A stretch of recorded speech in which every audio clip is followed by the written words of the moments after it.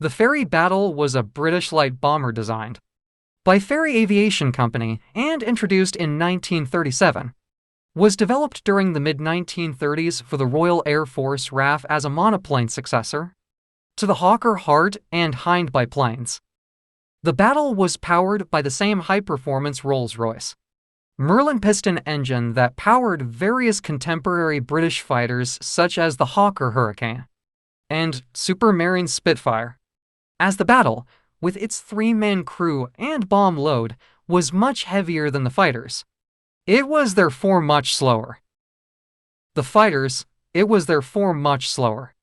Though a great improvement over the aircraft that preceded it, its relatively slow speed, limited range, and inadequate defensive armament of only to 7.7 mm machine guns left it highly vulnerable to enemy fighters and anti-aircraft fire.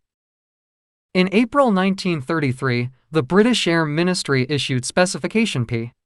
2732, which sought a two-seat single-engine monoplane day bomber to replace the Hawker Hart and Hind biplane bombers then in service with the Royal Air Force RAF. A requirement of the prospective aircraft was to be capable of carrying 1,000 pounds of bombs over a distance of 1,000 miles, while flying at a speed of 200 miles per hour. The forward section, in front of the cockpit, included a steel tubular structure to support the engine. The rear section was of a metal monocoque structure comprised hoop frames and Z-section stringers, which was built on jigs. The wing of the battle used a two-part construction, the center section being integral with the fuselage. The internal structure of the wings relied upon steel spars, which varied in dimension towards the wingtips, the ailerons. Elevators and rudder all were metal framed with fabric coverings, while the split trailing edge flaps were entirely composed of metal. The battle was a robust aircraft, which was frequently described as being easy to fly, even for relatively inexperienced pilots. The pilot was provided with good external visibility, and the cockpit was considered to be roomy and comfortable for the era. But the tasks of simultaneously deploying the flaps and the retractable undercarriage, which included a safety catch, has been highlighted as posing considerable complication. Climate control within the cockpit was also reportedly poor.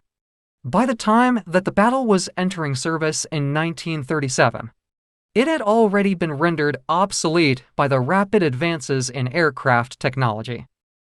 The performance and capabilities of fighter aircraft had increased to outstrip the modest performance gains that the light bomber had achieved over its biplane antecedents. For defense, the battle had been armed only with a single Browning machine gun and a trainable Vickers K in the rear position. In service, these proved to be woefully inadequate. The battle lacked other common defensive features of the era, such as an armored cockpit and self-sealing fuel tanks. In June 1937, No. 63 Squadron, based at RAF Upwood, Cambridgeshire, became the first RAF squadron to be equipped with the Fairey battle. On the 20th of May 1937, the delivery of the first battle to No. 63 occurred. Following further deliveries, the squadron was initially assigned to perform development trials. The type holds the distinction of being the first operational aircraft powered by a Rolls-Royce Merlin engine to enter service, having beaten the debut of the Hawker Hurricane fighter. By a matter of months, initial wartime missions were to perform aerial reconnaissance of the Siegfried Line during daylight, resulting in occasional skirmishes and losses. On the 20th of September 1939, a German Messerschmitt Bf 109 was shot down by battle gunner SKTF Lechford during a patrol near Aachen. This occasion is recognized as being the RAF's first aerial victory of the war. Nonetheless, the battle was hopelessly outclassed by Luftwaffe fighters, being almost 100 miles per hour slower than the contemporary Bf 109 at 14,000 feet.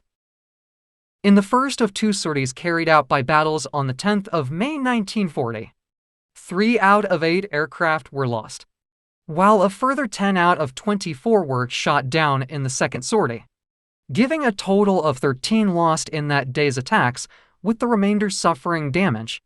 Despite bombing from as low as 250 feet, their attacks were recorded as having had little impact on the German columns. During the following day, -1 Belgian Air Force battles attacked bridges over the Albert Canal that connects to the Meuse River, losing 6 aircraft, and in another RAF sortie that day against a German column, only 1 battle out of 8 survived. On the 15th of June 1940, the last remaining aircraft of the Advanced Air Striking Force returned to Britain. In 6 weeks, almost 200 battles had been lost, with 99 lost between the 10th and the 16th of May. After the return from France for a short period of time, the RAF continued to rely on the light bomber, reforming one group, and later equipping for new Polish squadrons with the type. It continued to be deployed in operations against shipping massed in the Channel ports. For Operation Celian, their last combat sortie was mounted on the night of the 16th of October 1940 by No. 301 Polish Squadron in a raid on Boulogne, and No's 12 and 142 squadrons bombing Calais. Shortly afterwards, battle squadrons of No. 1 group were re-equipped with Vickers Wellington medium bombers. Battles were operated into 1941 by 88 and 226 squadrons in Northern Ireland and 98 Squadron in Iceland for coastal patrol work. That's all for today. Goodbye.